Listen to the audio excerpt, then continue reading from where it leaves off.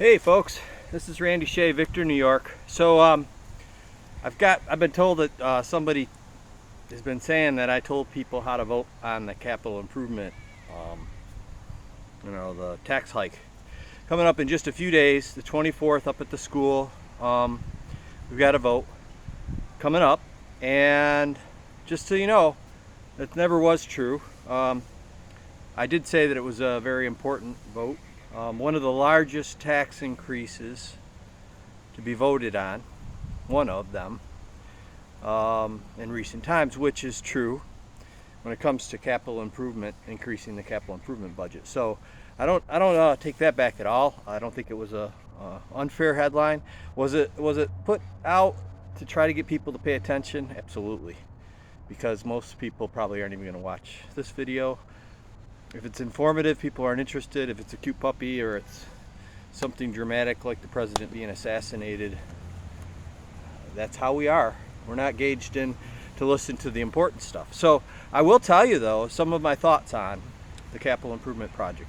First off, I did have a long discussion with one of the board of education members, and we went back and forth on a lot of points, but push come to shove, my fundamental question is still not answered 100% for sure, and that is, can we know for sure that the $60.6 million that the state is going to put forward, that will be added to what we as taxpayers will be voting, that we'll be paying, I guess minus $25 million. I expect they probably are going to keep some of that. They always should have something in their capital fund. But should we believe the state? Will there be any strings attached? That's not absolutely 100%. Although historically, the board of education members said, never in the history of when it comes to funding of capital improvements has New York State reneged. So it's pretty close to 95%. So I'll tell you how I'm going to vote. I'm not telling you how you're going to vote. I'm going to vote in favor of it. I still have a lot of concerns. I'm not really sure this is even the right project. But I don't think that voting in favor it necessarily discounts what I believe, and actually many people believe, to be a better idea, and that is to have early education and elementary school, a whole separate school built closer to Farmington, because it is Victor and Farmington together. And I grew up in a school district that did that. That was Byron-Bergen Central. They had an elementary for up to third grade, kindergarten up to third grade, and then we went over then thereafter to join the larger school with all the kids from Byron. So it was Byron-Bergen. And that was fourth grade on up to sixth. And then there was another school, which was the high school, and you had the junior high and the senior high. So they were three separate schools, but the elementary was in Bergen, and the other two schools are closer to Byron. I think they might still have been in Bergen, but right on the line. So there's no reason that we can't be thinking that way. Okay, there's no reason that might not be a better option, even if it cost us more.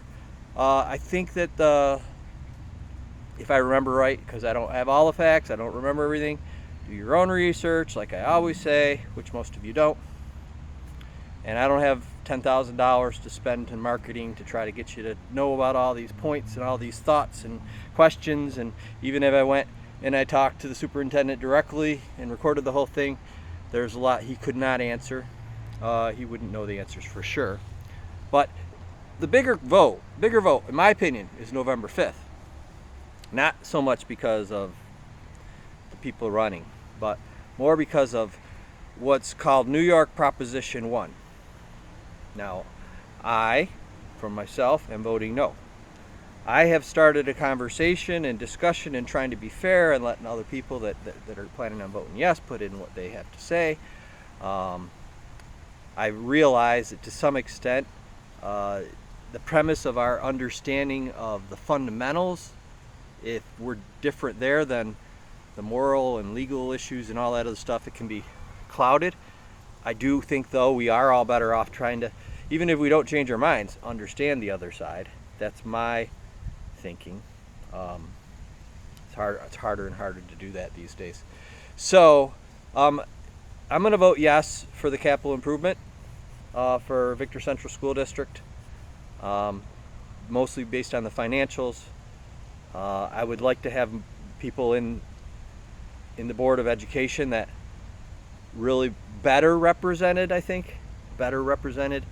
the values of our community, because basically if Proposition 1 passes and it becomes a state amendment to the Constitution, I mean, basically it doesn't matter. We could have 7 Board of Education members against something the state wants to do, and they could still say, well, you have to do it because we just passed this, or this is now state law. So that's real. That's something that, as to the implications, I think there's a lot of speculation as to what it could result in, and some people are being a little bit far out in terms of that.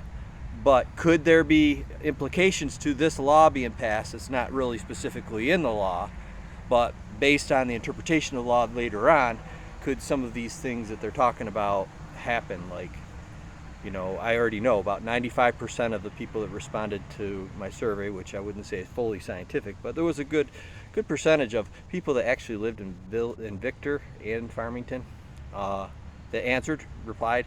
About 95% were opposed to having males that are biologically male that identify as female in female locker rooms and bathrooms.